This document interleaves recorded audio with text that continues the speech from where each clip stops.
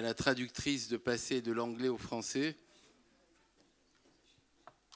Cher Rabbi Menachem, chers amis, chers collègues, merci beaucoup pour ces beaux moments que nous avons passés ensemble depuis hier dans les différents lieux de ce centre. Il ne faut pas le dire à la presse, même si la presse est là, mais il y a eu un moment important qui était l'inauguration avec le président Macron. Et il y a un autre moment important qui est l'inauguration des travaux européens avec l'EGA. Voilà, je veux vraiment remercier cette association d'avoir choisi de faire ces travaux à Paris et d'avoir choisi ce centre, puisque l'objectif de notre institution, c'est de pouvoir effectivement lutter sur beaucoup des sujets qui ont été évoqués pendant ces 2 jours. Alors il y a une bonne nouvelle encore, je vais vous donner une bonne nouvelle hier. Il y a une bonne nouvelle, c'est que quel que soit le temps de parole que j'aurai, après on va manger. Et qu'on va de toute façon manger plus tôt qu'hier. Parce que hier, on a débordé, donc je vais essayer de ne pas trop déborder. Ils sont en train de réchauffer les derniers plats pour que nous puissions nous restaurer ensemble et avoir un moment de convivialité partagé ensemble. Je voudrais remercier tous les responsables des différentes communautés juives venues d'Europe. Beaucoup de sujets ont été évoqués. Je voudrais revenir très brièvement, puisque c'est une conclusion, donc peut-être un peu une synthèse. Première synthèse, je l'ai dit un peu hier, en écoutant les différentes problématiques d'autres pays d'Europe, on aurait pu se sentir chacun un peu rassuré en se disant qu'on n'est pas tout seul. Mais ça traduit un moment grave de notre histoire, qui est celui sous nos yeux. Peut-être que nous-mêmes, nous sommes en train de nous habituer à une montée de l'antisémitisme en Europe et dans le monde. J'ai eu longuement à discuter avant la conférence hier avec Elan Kerr, qui venait et qui représente la lutte contre l'antisémitisme aux États-Unis. Et je lui racontais une petite anecdote qui est inscrite dans ma mémoire comme toutes les paroles de Samuel Sandler. Au lendemain des attentats de Toulouse, j'ai eu ici à Paris, dans ma responsabilité, on m'avait beaucoup vu dans les médias, j'ai eu à m'exprimer beaucoup. J'ai eu, après l'attentat de Toulouse et en plus après l'attentat de l'Hypercacher, la visite de nombreuses délégations américaines qui étaient venues me voir en me disant « Vous savez, Président, on disait dans les années 40, cette anecdote vous la connaissez tous, que les optimistes ont fini à Auschwitz et les pessimistes ont fini à Hollywood. Et pour me dire, ne soyez pas trop optimistes. Et à chaque fois que je fais un pas dans la vie communautaire, je repense à ces délégations américaines qui étaient venues me voir officiellement avec les membres du consistoire qui sont ici présents pour nous mettre en garde. Et quand j'ai vu que malheureusement, ces dernières années, les États-Unis qu'on pensait loin et épargnés ont été également atteints et que je les ai vus revenir pour nous proposer des échanges d'expériences sur la façon dont nous, en Europe, nous appréhendons l'antisémitisme, je me suis dit, pas la satisfaction de ne plus être seul, mais la gravité du moment que nous vivons aujourd'hui et qui justifie que nous soyons rassemblés ici. C'est la première remarque. La remarque suivante,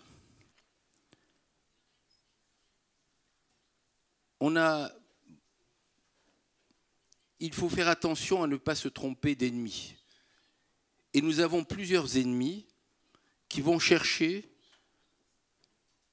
à nous instrumentaliser, je dis bien à nous instrumentaliser, pour combattre leurs ennemis à eux.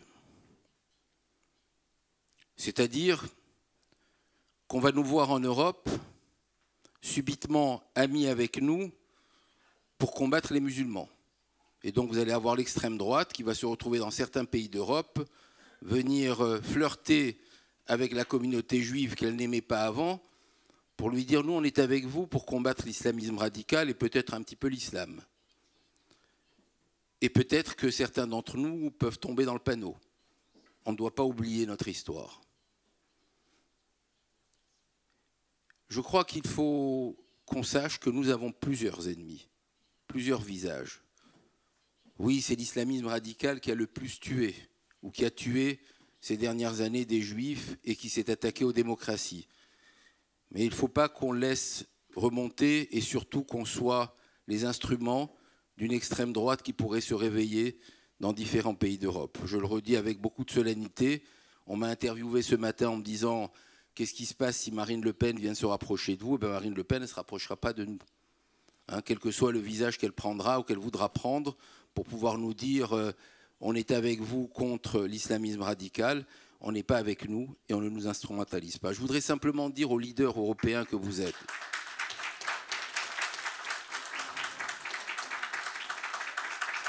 qu'on doit faire très attention, merci, on doit faire très attention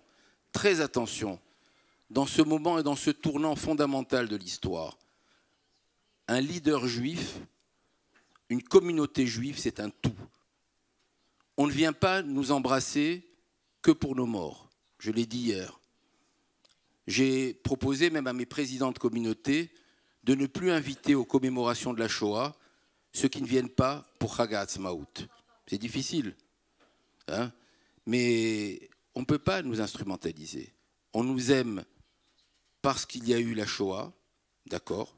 On nous aime parce qu'il y a Israël. On nous aime parce qu'on a envie de faire la shrita. On nous aime parce qu'on a envie de faire la brit mila, parce qu'on veut avoir une liberté de culte, parce qu'on veut transmettre du judaïsme à nos enfants, mais pas simplement un des points de notre identité. C'est tout ou rien. C'est tout ou rien.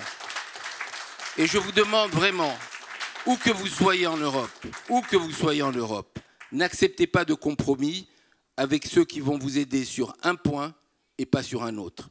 Parce que ça voudra dire qu'on ne nous aime pas. On est suffisamment fiers de nos valeurs, de notre histoire, pour qu'on ne prenne pas de nous que ce qui intéresse les autres. Et ce qui intéresse les autres, c'est parfois un moyen simplement de faire leur politique avec le reste de la société.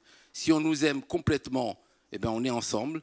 Si on ne nous aime pas complètement, on continuera à être tout seul. Et tout seul, on a réussi à traverser l'histoire. On a montré dans notre histoire que souvent, on a besoin de personne.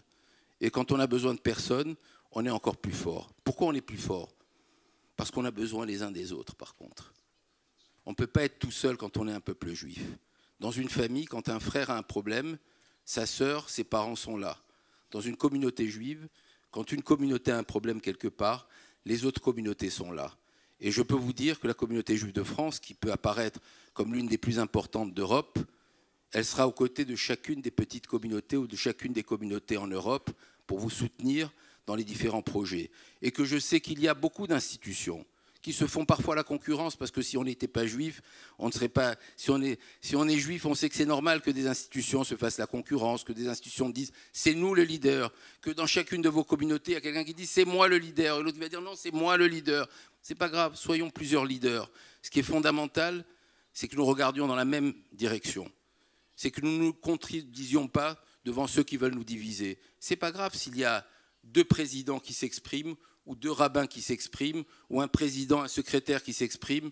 Ce qui est important, c'est qu'on dise tous qu'on aime Israël, c'est qu'on dise tous que Jérusalem est la capitale d'Israël, c'est qu'on dise tous qu'on a besoin de manger kasher, c'est qu'on dise tous qu'on a besoin de faire la brit mila, et qu'on ne prenne pas qu'une partie, même dans chez nous, parce que le mal est parfois à l'intérieur de nos communautés. Il faut qu'on fasse très attention à ce qu'à l'intérieur de nos communautés, que certains de nos leaders commencent à dédaigner une partie des choses. C'est pas grave si on ne parle pas de Jérusalem pour certains. C'est pas grave si on ne parle pas de la shrita pour d'autres. C'est pas grave si on ne parle pas de la brit mila pour d'autres. C'est pas grave si nos enfants ne sont pas dans des écoles juives pour d'autres. C'est pas grave l'orthodoxie, il faut pas en faire trop si on n'a pas la kippa sur la tête. Non. Le judaïsme, c'est un tout. Il a traversé l'histoire, il a traversé le monde sans gêner personne. Et donc, il faut que nous soyons solidaires à l'intérieur de nous-mêmes, entre nos communautés, pour continuer à avancer. Voilà ce que je voulais simplement vous redire avec ma modeste expérience, mais qui commence à durer, et puis vous dire que ce bâtiment, ce lieu est à la disposition de tout ce qu'on pourra faire avec vous, avec toutes les initiatives, qui peuvent être d'ailleurs pensées à l'échelon de toutes les communautés d'Europe, mais qui peuvent être pensées aussi dans des échelons bilatéraux. C'est bien qu'il y ait des échanges parfois entre deux communautés ou deux pays, parce que des fois, de vouloir toujours voir en grand, ça peut être compliqué, et pour les moyens, et pour les diffusions, mais s'il y a des choses qui se font entre les Anglais, même si je pense, je parle avec le représentant anglais qui est là, bon, même s'il y a le Brexit, nous on reste ensemble. Hein? Donc je suis persuadé qu'il reste attaché de toute façon à l'ensemble des communautés juives d'Europe et qu'on va pouvoir faire des échanges bilatéraux. Peut-être, mon cher Menachem, il y a des sujets précis, comme par exemple la Shrita, sur lequel la communauté juive de France a une expérience importante, et la communauté juive britannique également, sur laquelle en Belgique on a eu une très grosse difficulté. Peut-être que des commissions de travail sur des sujets précis du quotidien, parce qu'il y a effectivement les grandes institutions qui parlent de grands sujets politiques, et il y a ici des présidents de communautés qui ont le problème quotidien de savoir comment on finance la sécurité, comment on a le minyan le matin, comment on transmet du judaïsme aux enfants, comment on réunit la communauté. C'est des sujets quotidiens qui sont... Comment on lutte contre l'assimilation, parce qu'on a un sujet commun tous. C'est qu'on sait quelles sont les personnes qui viennent tous les jours dans nos communautés, qu'ils soient pratiquants ou pas pratiquants, qu'ils soient religieux ou pas religieux. Il y a ceux qui viennent tous les jours, mais on sait qu'une partie, peut-être la moitié de nos communautés, dans 10 ans ou dans 20 ans, si on n'a rien fait pour elle, elle ne sera plus juive.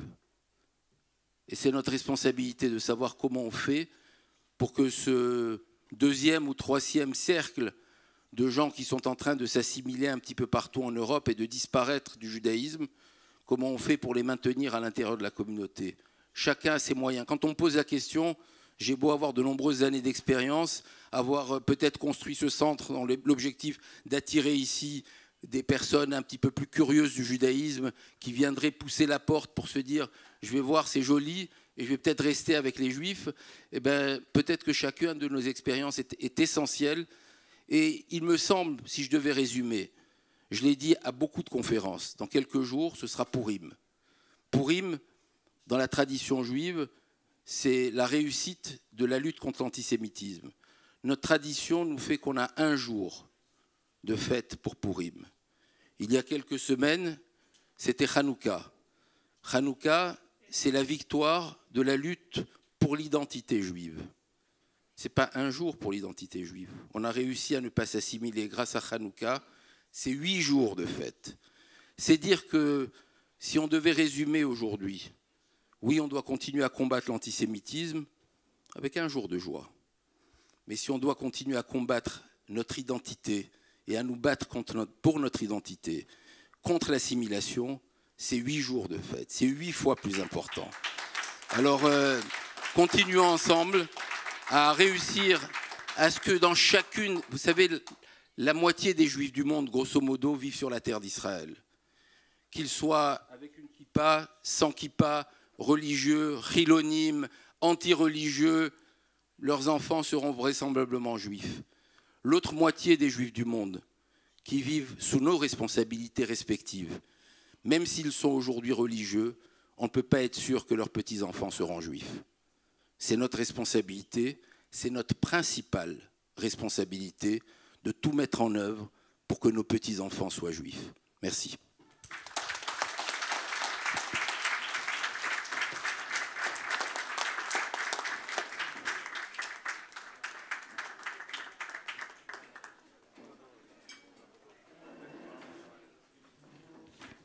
Thank you very much, everyone. Everyone can add themselves to have lunch. This is the final speech of today's conference. We wish everyone a safe trip back home. and to a very fruitful collaboration in the coming year. Thank you very much.